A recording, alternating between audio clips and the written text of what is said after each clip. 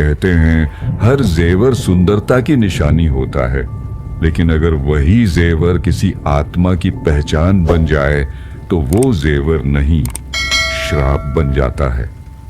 आज मैं आपको एक ऐसी आत्मा की कहानी सुनाने जा रहा हूं जिसकी पहचान थे लाल झुमके।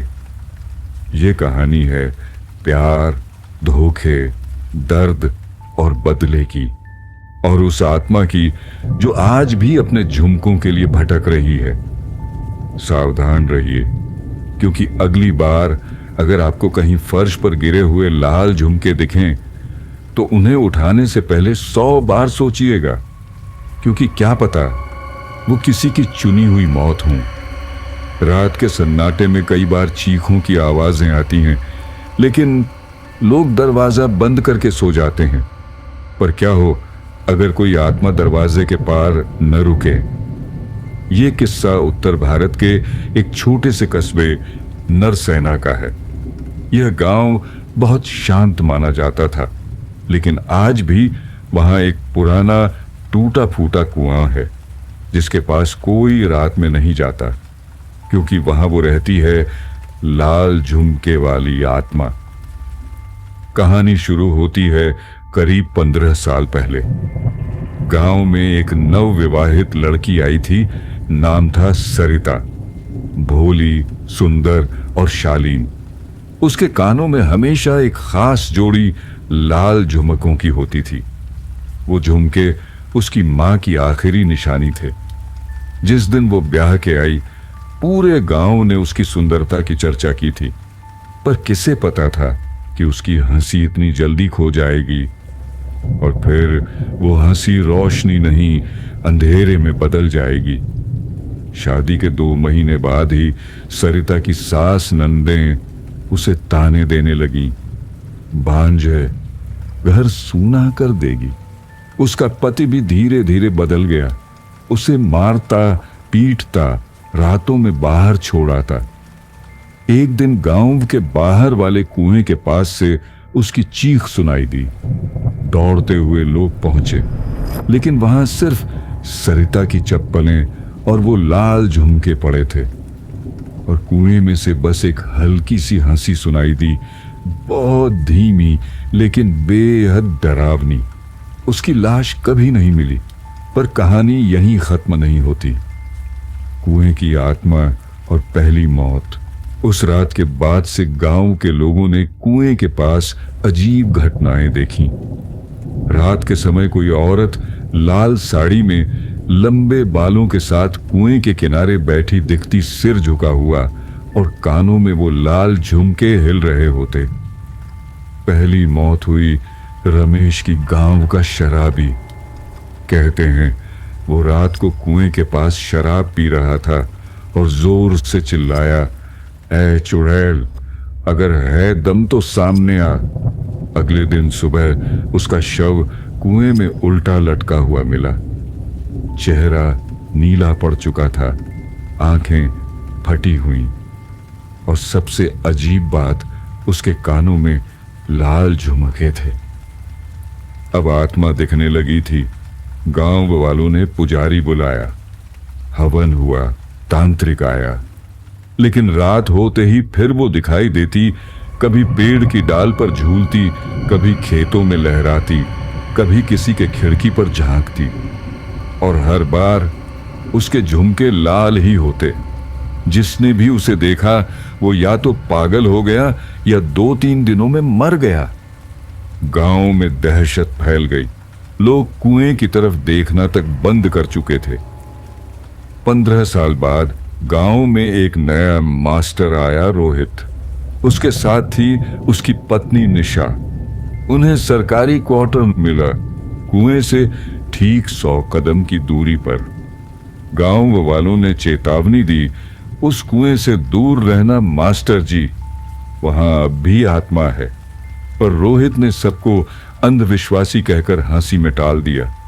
एक रात निशा ने घर की बालकनी से देखा, कुएं के पास कोई औरत लाल साड़ी में खड़ी है और उसके झुमके चांदनी में चमक रहे हैं। निशा डर के मारे कांप उठी, पर रोहित ने कहा, कुछ नहीं है, कोई गांव की औरत होगी। लेकिन अगली रात कुछ ऐसा हुआ जिसे भूलना मुमकिन नहीं। रात के 2 बजे दरवाजा अपने आप खुल गया और घर में मध्यम सी बुखार भरी हवा भर गई। निशा बिस्तर पर सो रही थी, पर अचानक उसे लगा जैसे कोई उसके कान के पास फुसफुसा रहा हो। मेरे झुमके लौटा दो। निशा चीख पड़ी। रोहित उठकर आया, लाइट जलाई, पर कोई नहीं था। फिर निशा ने जो कहा उसने रोहित के होश उड़ा दिए। मैंने उसके कानों में लाल झुमके देखे थे, वो मुझसे उन्हें मांग रही थी। रोहित ने उस कुएं की पूरी कहानी खोज निकाली। वो जान गया कि सरिता की आत्मा अब भी झुमकों में बंधी हुई है। उन्हें पाने की चाहत में वो अब भी भटक रही है। एक रात रोहित ने हिम्मत करके वो झुमके एक पुराने पीतल के बक्से में रखे जो गांव के मंदिर में पड़े थे। उसने सोचा वो झुमके कुएं के पास रख देगा, शायद आत्मा को शांति मिल जाए। वो झुमके लेकर कुएं के पास गया, पर वहां पहले से कोई था। लाल साड़ी, लंबे बाल, झुका हुआ सिर और खामोश खड़ी एक औरत। उसने धीरे से हाथ बढ़ाया और रोहित के सामने झुमके अपने आप हवा में उड़कर उस आत्मा के कानों में जा लगे। आत्मा ने सिर उठाया, मुस्कुराई और बोली, अब मेरी विदाई है। और फिर कुएं के अंदर गिर गई। उसके गिरते ही जोर की हवा चली और कुआं खुद ब खुद बंद हो गया, जैसे किसी ने उसे सील कर दिया हो। आज भी गांव के बड़े बूढ़े कहते हैं, लाल झुमके वाली अब चली गई है, पर अगर किसी ने उसके झुमकों से छेड़छाड़ की तो वो फिर लौटेगी।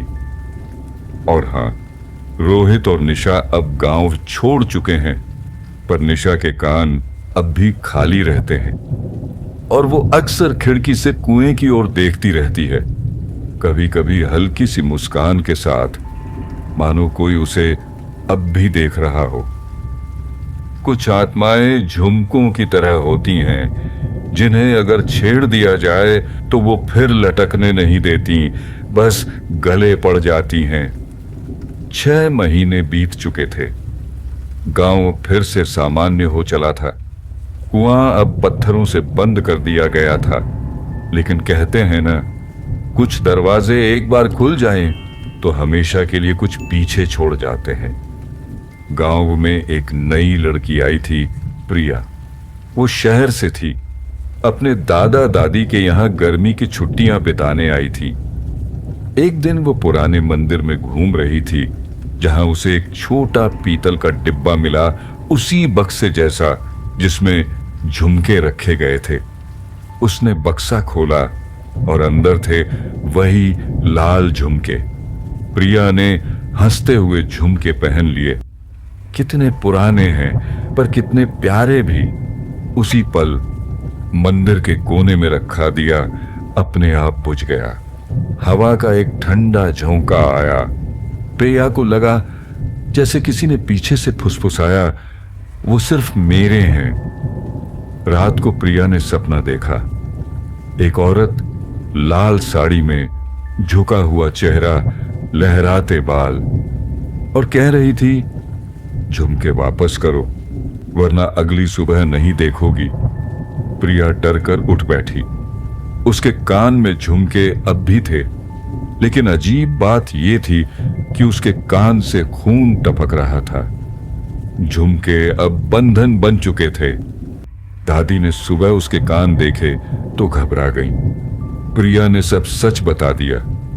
दादा ने तुरंत मंदिर के पुजारी को बुलाया। पुजारी ने सिर्फ झुमके देखे और कांपते हुए बोला, ये वही हैं, सरिता के। इन्हें पहनने वाला अब खुद को नहीं, आत्मा को जीता है। आत्मा अब और शक्तिशाली हो चुकी थी। प्रिया को अब दिन में भी वह औरत दिखने लगी थी, कभी आईने में, कभी खिड़की में, कभी पानी में। उसकी आंखें अब सूनी और लाल थीं। वो गुस्से में थी। एक रात प्रिया को नींद में चलते हुए कुएं की ओर जाते देखा गया। झुमके चमक रहे थे। वो किसी और के नियंत्रण में थी। लेकिन तभी एक गांव की बूढ़ी औरत भूरी बुआ बीच में आ गई। भूरी बुआ ने बताया कि जब सरिता की आत्मा मरी थी, उन्होंने ही उसके झुमकों को बचाया था। उसकी आत्मा झुमकों में नहीं बंधी थी, वो तो झुमकों से जुड़कर और ताकतवर हो गई थी। हर बार कोई नया शरीर चाहती है ताकि वो फिर से जिंदा हो सके। अब वो प्रिया को चाहती है, एक नया शरीर, नया जीवन। पुजारी, भूरी बुआ और दादा दादी ने मिलकर झुमकों को आग में फेंकने का निर्णय लिया। लेकिन जैसे ही झुमके अग्नि में गए, पूरी हवेली में बिजली गुल हो गई। दरवाजे खुद ब खुद बंद हो गए और लाल साड़ी वाली आत्मा प्रकट हो गई। मेरे झुमके, मेरी पहचान, मेरी पीड़ा, तुम्हें सब जलाना होगा। उसने प्रिया को खींचना शुरू कर दिया। कमरे में हवा, धूल, रोशनी और अंधेरा एक साथ घूमने लगे। पुजारी ने मंत्र पढ़ना शुरू किया। झुमके धधकते हुए जलने लगे और आत्मा चीखते हुए बोली, एक दिन किसी और के कानों में फिर झुमके होंगे और मैं लौट आऊंगी। जैसे ही झुमके राख हुए, आत्मा धुएं में बदलकर बिखर गई। आज वो झुमके नहीं रहे, लेकिन कहते हैं अगर कभी किसी को बिना वजह बाजार में एक जोड़ी लाल झुमके मिल जाएं, तो उन्हें मत पहनना, क्योंकि हो सकता है सरिता अब भी किसी के कान ढूंढ रही हो। तो दोस्तों, ये थी लाल झुमके वाली आत्मा की सच्ची लगने वाली एक डरावनी और रूह कंपा देने वाली कहानी। एक बात हमेशा याद रखिए, कुछ चीजें देखने में चाहे जितनी भी सुंदर लगें, उनके पीछे छिपे राज दिल दहला सकते हैं। आज वो झुमके जल चुके हैं, लेकिन जो आत्मा झुमकों से जुड़ी थी, क्या वो सच में मुक्त हो पाई, या वो बस एक नए शरीर की तलाश में फिर निकल पड़ी है? अगर आपको कभी बाजार में लाल झुमके दिखें, तो पहनने से पहले ये कहानी जरूर याद कर लेना। मैं फिर लौटूंगा एक और खौफनाक किस्से के साथ। तब तक रात में अकेले शीशे में झांकने से बचिए। क्या पता कोई और झांक रहा हो।